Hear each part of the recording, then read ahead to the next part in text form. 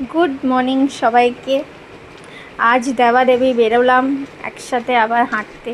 কিছুদিন আমি অফ রেখেছিলাম আমার হাঁটু ব্যথার জন্য। তো বেশ আজকে ওয়েদারটা ভালো আছে। ওয়েদারটা ভালো মানে কি, ওই রোদ ওঠেনি। আর এই যে পাশে যে কনস্ট্রাকশনটা দেখছেন, এটা বেশ অনেকটা মানে একদম ফাউন্ডেশন থেকে দেখছিলাম। এই দেখো এইটুকুটা উঠলো, আরেকটু উঠলে এই জানলা হলো। এই ডিসকাস করতে করতেই হাঁটতাম। এই যে চললাম, হাঁটছি আর সবুজ সবুজ পথ দেখছি। চোখগুলো একটু ভালো রাখছি। মোবাইল দেখে দেখে তো একদম চোখগুলো ঘেটে গেছে, তাই জন্য একটু ওইটুকু টাইমে একটুখানি চোখটা ভালো রাখি।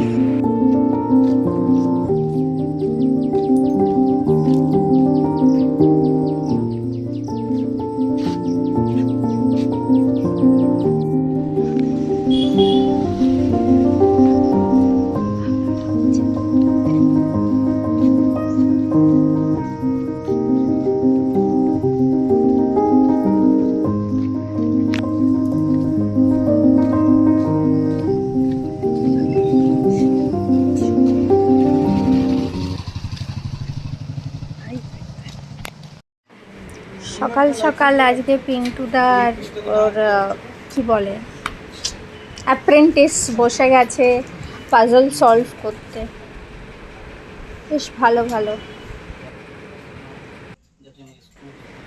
এই জিনিসটা সন্ধেবেলাতে আপনাদের কাছে ভালো করে রিভিল করব। এখন কাজ চলছে, ফিট করছে, আরও টুকটাক কাজ বাকি আছে। ওটা বললো যে সেকেন্ড হাফে করবে। দেখা যাক কখন আসে।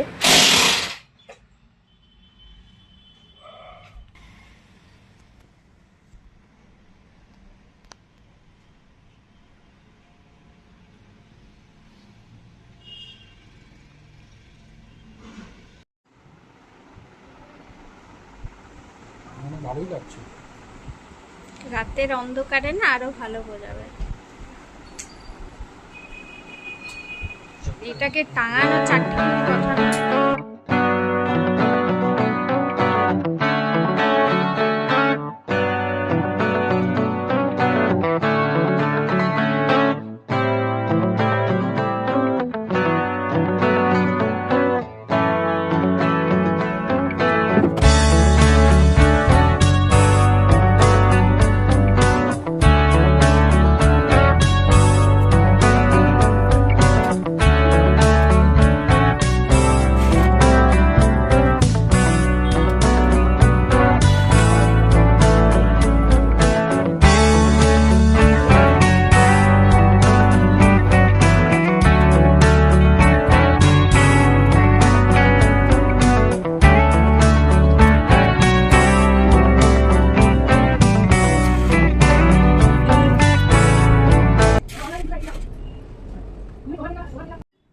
আজ দুপুরে যা যা রান্না হয়েছিল বুনুর কোনোটাই ফেভারেট নয়, তাই ওকে এই যে রেডিমেড যেগুলো ফ্রোজেন নাগেটসগুলো সেগুলো ভেজে দেবো।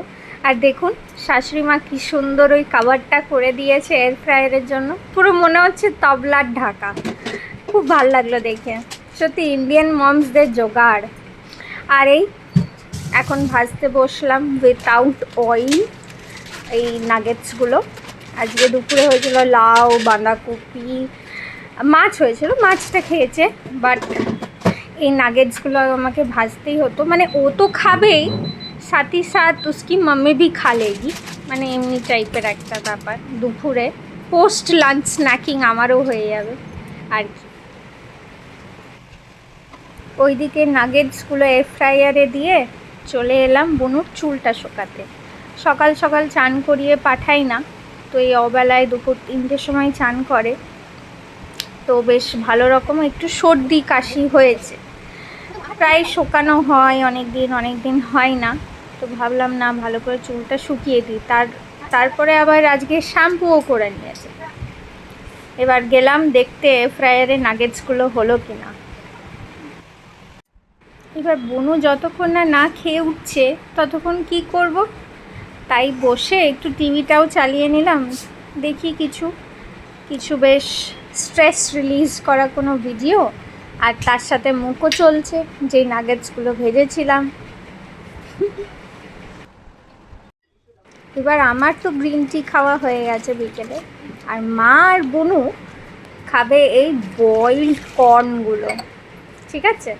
তো এইটাতে কিছু না, জল দেবেন, নুন দেবেন, আর ভালো করে 9-10টা সিটি মেরে দিতে হবে একদম বেশ ভালো করে, তবে গিয়ে না একটু বেশ সফট হয়ে যায়, নাহলে এই কর্নগুলো না ঠিকঠাক সেদ্ধ হতে চায় না। একটু বেশি ভালোবাসি মাখিয়ে বেশি করে দিয়ে দেবো।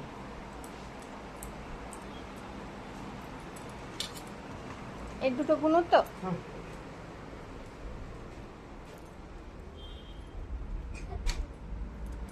এনে বুনু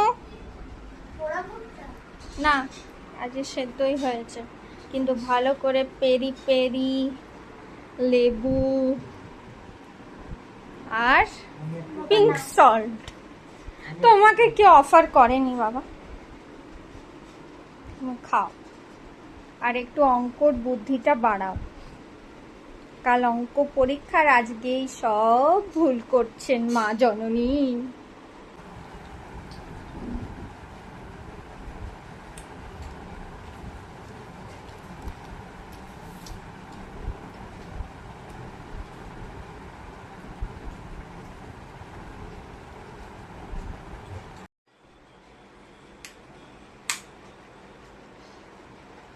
এই লাইটটা আমি উইশ লিস্টে অনেক দিন ধরে করেছিলাম, মানে খুব ইচ্ছে ছিল যে এইখানেই লাগাবো।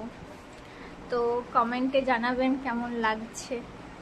এমনি বেশ ভাল লাগে। ভাবুন আপনার ফল সিলিং করার মতন এখন তেমন কিছু কি বলবো মেন্টালিটি নেই, তো আপনি কি করবেন, এমনি একটা বেশ অ্যাম্বিয়েন্ট লাইট রুমে অলরেডি, যেটাতে অলরেডি ইলেকট্রিক কানেকশন আছে রেডি করা, সেটাতে আপনারা এইভাবে একটা সুন্দর ওয়াল ল্যাম্প লাগিয়ে দেবেন, ব্যাস সন্ধ্যেটা মুভি টাইম একেবারে জমে যাবে।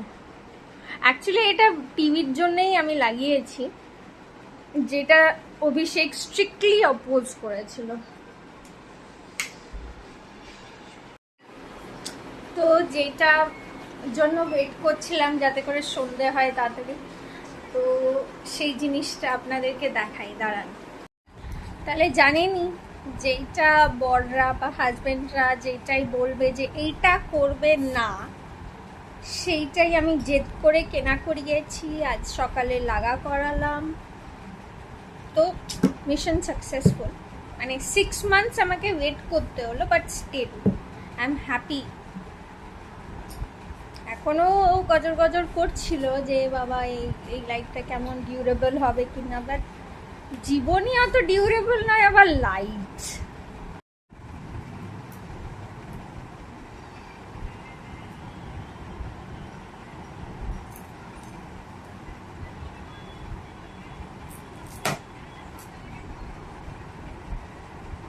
চুলটা ভাবছি পুজোর আগে একটা নতুন লুকস দেব।